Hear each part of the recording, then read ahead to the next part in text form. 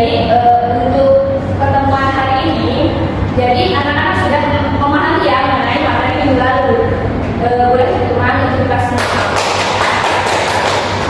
Jadi hari ini kita akan mempelajari mengenai materi menelisik berita palsu. Nah, anak-anak pastinya sudah pernah ya membaca berita ataupun menonton berita.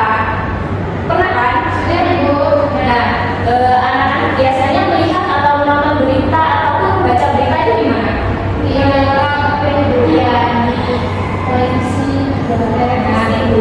televisi, di internet, di media sosial ya, kita juga bisa. Nah, perlu anak-anak tahu bahwa dengan adanya kemajuan teknologi sekarang ini itu memudahkan kita dalam mengakses suatu informasi ataupun berita di internet tadi, di media sosial ataupun di televisi. Nah, berita itu mulai dari berita lokal, nasional ataupun berita internasional. Dan dalam berita itu biasanya terjadi dari kasus yang ringan hingga kasus yang berat sekali. Dan anak-anak pernah berpikir nggak bahwa berita yang kalian baca, berita yang kalian lihat itu tuh beritanya asli atau tidak, palsu atau tidak ya, baik atau tidak, salah atau tidak gitu. Pernah nggak berpikir? Pernah Bu, pastinya pernah ya.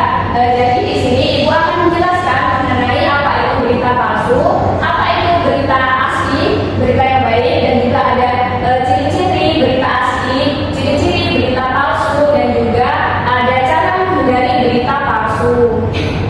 Baik, kita mulai ya, masuk materi. Nah, anak-anak ada yang tahu nggak nih apa itu berita palsu atau hoax? Belum Ibu, belum tahu ya. Baik, Ibu akan jelaskan.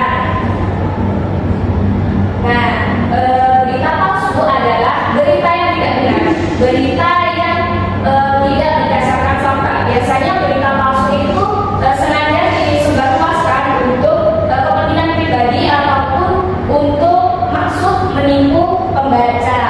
Begitu. Kita lanjut ya. Untuk ciri-cirinya, ada ciri-ciri berita palsu ya anak-anak. Yang pertama itu judul provokatif dan memancing emosi. Jadi berita palsu itu biasanya dibuat menggunakan judul yang mencolok sehingga pembaca itu tertarik membaca padahal belum tahu isi dari berita tersebut benar ataupun salah gitu. Yang kedua ada alamat situs tidak terverifikasi atau sumber yang tidak jelas.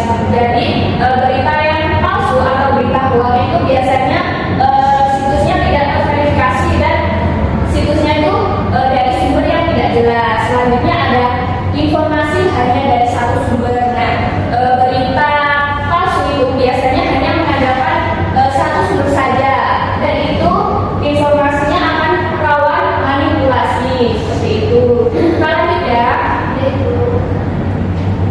Yang keempat ada opini subjektif penulis. Jadi berita palsu itu biasanya berisi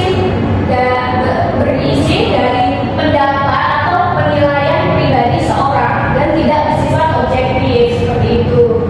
Lalu yang kelima ada percaya pada foto atau video tanpa verifikasi. Jadi berita palsu itu biasanya foto atau video itu diedit dari peristiwa lain sehingga dapat dicurigai kita bahwa berita tersebut jika tidak ada bukti yang asli itu kita patut curigai. Dan yang keenam itu ada menyebarkan berita tanpa memeriksa kebenaran. Nah, kebiasaan langsung menyebarkan informasi tanpa tahu kebenaran itu membuat berita palsu itu cepat menyebar ya anak-anak. Dan itu ciri-ciri berita palsu. Apakah ada yang ditanyakan mengenai ciri-ciri berita palsu? Ibu sudah paham Ibu. Kita lanjut ya. Nah, apa itu berita asli? Ada yang tahu nggak? Berita yang sesuai fakta Ibu. Nah, betul sekali. Jadi berita asli adalah berita yang selalu berdasarkan fakta, berita yang benar-benar terjadi, dan beritanya bersifat objektif, lengkap, tepat, dan akurat. Lanjut ya. Selanjutnya ada ciri-ciri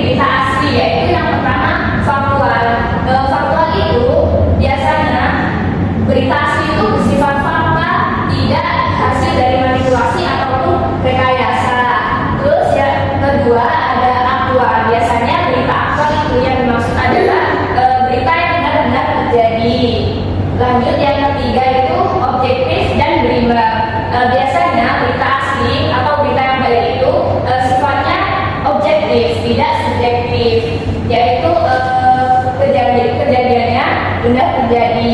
Lalu yang keempat informatif, yaitu berita yang asli biasanya menyajikan informasi yang jelas, rinci, dan kita memahaminya dengan baik seperti itu. Lalu yang kelima ada jelas dan sistematis. Biasanya berita asli biasanya disusun secara jelas dan rinci sehingga kita juga mudah memahaminya. Lalu yang keenam sumber kredibel. Untuk berita asli biasanya berasal dari sumber yang jelas, sumber yang resmi, sumber yang terpercaya.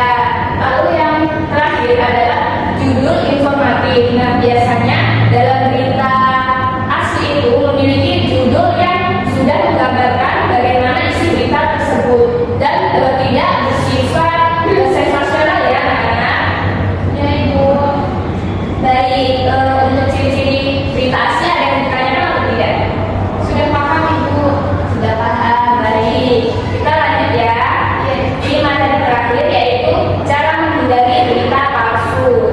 Cara menghindarinya itu ada 6 juga anak-anak. Jadi yang pertama, kita harus hati-hati dengan judul provokatif. Jadi kita tuh harus tidak terpaku pada judul saja. Misalnya judul yang menarik, judul yang mencolok itu kita juga patut curigai bahwa judul tersebut bisa jadi berita palsu. Lalu yang kedua, cermati alamat situs. Jadi sebelum kita membaca berita, kita harus tahu dari situs apa, dari situs yang resmi atau tidak, situs yang terpercaya atau tidak. Kita lanjut ya. Yang ketiga ada periksa sumber berita dan keberimbangan berita. Yaitu kita juga harus memperhatikan sumbernya. Sumbernya itu dari sumber yang resmi atau bukan, dari instansi yang resmi atau bukan, seperti itu. Dan yang keempat, lihat fakta. Kita juga harus melihat fakta dalam membaca berita. Bagaimana caranya? Yaitu kita harus melihat apakah ada kesaksian ataupun bukti dalam suatu berita tersebut. Lanjut ya. Yang kelima ada cek keaslian foto dan video. Jadi anak-anak bisa mengecek video atau foto dalam berita itu menggunakan Google bisa. Kalau kita membaca berita yang berbeda dengan di Google ataupun fotonya berbeda dengan yang di Google, mungkin kita juga patut curigai bahwa berita tersebut benar atau tidak.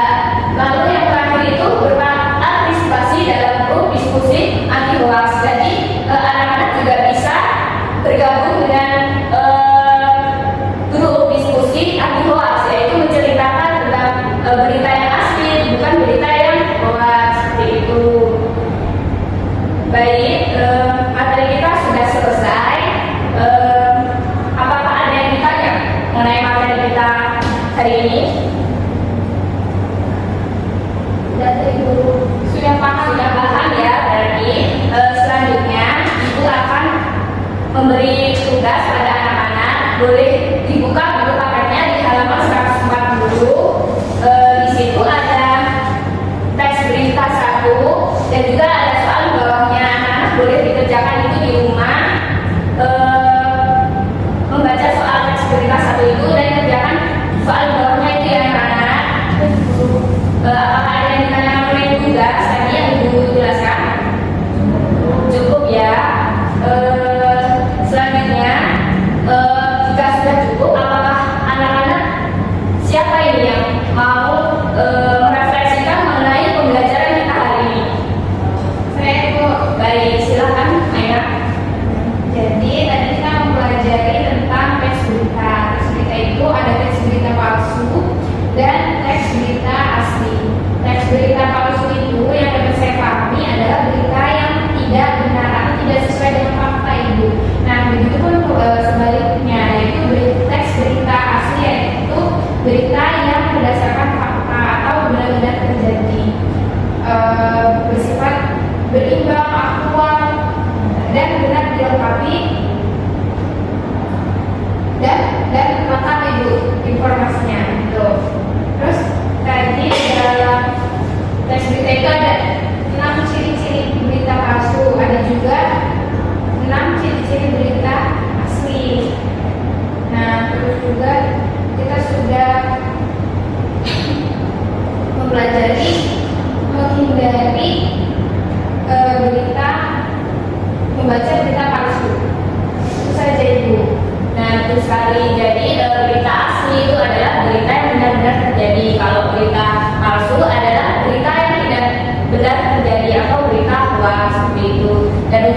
yang tadi itu ada 6 ciri-ciri berita palsu dan ada 6 juga ciri-ciri berita asli. Ada pun juga tadi yang Ibu jelaskan mengenai cara menghindari berita palsu. Baik, sebelum Ibu tutup, apakah ada yang ingin ditanyakan lagi? Cukup Ibu sudah. Oh iya, untuk pekan depan kita akan mempelajari mengenai teks pidato. Ibu harap anak-anak bisa mempelajarinya di rumah sehingga di kelas sudah siap mengenai materi yang akan dijelaskan Ibu. Mungkin itu. Sebelum Ibu tutup, terima kasih pada anak-anak yang sudah aktif partisipasi. Semoga apa yang saya sampaikan itu bermanfaat untuk anak-anak semua. Amin. Baik, pada ketua kelas boleh diimbing berdoa. Baik Ibu, terima kasih. Baik teman-teman, sebelum kita menutup pembelajaran hari ini, mari kita berdoa. Baik. Berdoa selesai. Baik, terima kasih ketua kelas, terima kasih untuk anak-anak semua. Jangan lupa kerjakan tugas dan jangan lupa untuk jaga kesehatan. Ibu akhiri, wassalamualaikum warahmatullahi wabarakatuh. Waalaikumsalam warahmatullahi wabarakatuh. Terima kasih Bu.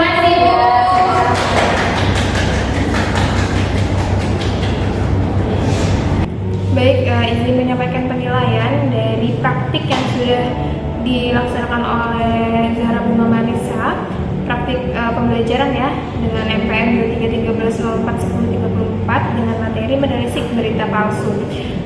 Komponen membuka pelajaran, Saudara Zahra Bunga Marissa sudah mengajar dengan baik, memilih posisi yang pas yaitu di depan dan di tengah, juga dengan cara membaca dan bercerita sehingga murid bisa memahami apa yang disampaikan. Nah, penggunaan media juga sudah sangat menarik, yaitu dengan salin dia menyaksikan dengan fasilitas dan juga era saat ini yaitu digital ya. Selanjutnya itu pola interaksi yang dilaksanakan itu sudah bervariasi antara guru dan siswa dan juga sebaliknya siswa ke guru. Nah, Saudara Bunga juga sudah mengajar dengan antusias dan memberikan kehangatan sehingga menciptakan suasana kelas yang membangun di mana siswa bisa tumbuh atau termotivasi rasa ingin tahu untuk belajar lebih dalam lagi begitu. Selanjutnya Saudara Zahra juga tadi sudah bagus memberikan tugas atau mengemukakan tugas yang akan dikerjakan di pertemuan berikutnya. Nah, itu tadi terkait menutup pembelajarannya. Juga tadi sudah dibahas merefleksi atau meninjau kembali materi yang sudah dibahas, merangkum. Jadi Zahra Bunga Marissa sudah merangkum apa yang sudah disampaikan ulang agar ringkasan tersebut bisa lebih dipahami dan diingat lagi oleh murid. Juga sudah melakukan evaluasi seperti mengerjakan tugas, terus juga menanya atau mengekspresikan pendapat siswa terkait materi yang sudah dijelaskan. Nah, juga sudah saudara Zahra juga sudah menyampaikan refleksi akhir pelajaran dengan baik. Sekian penilaian dari saya. Terima kasih.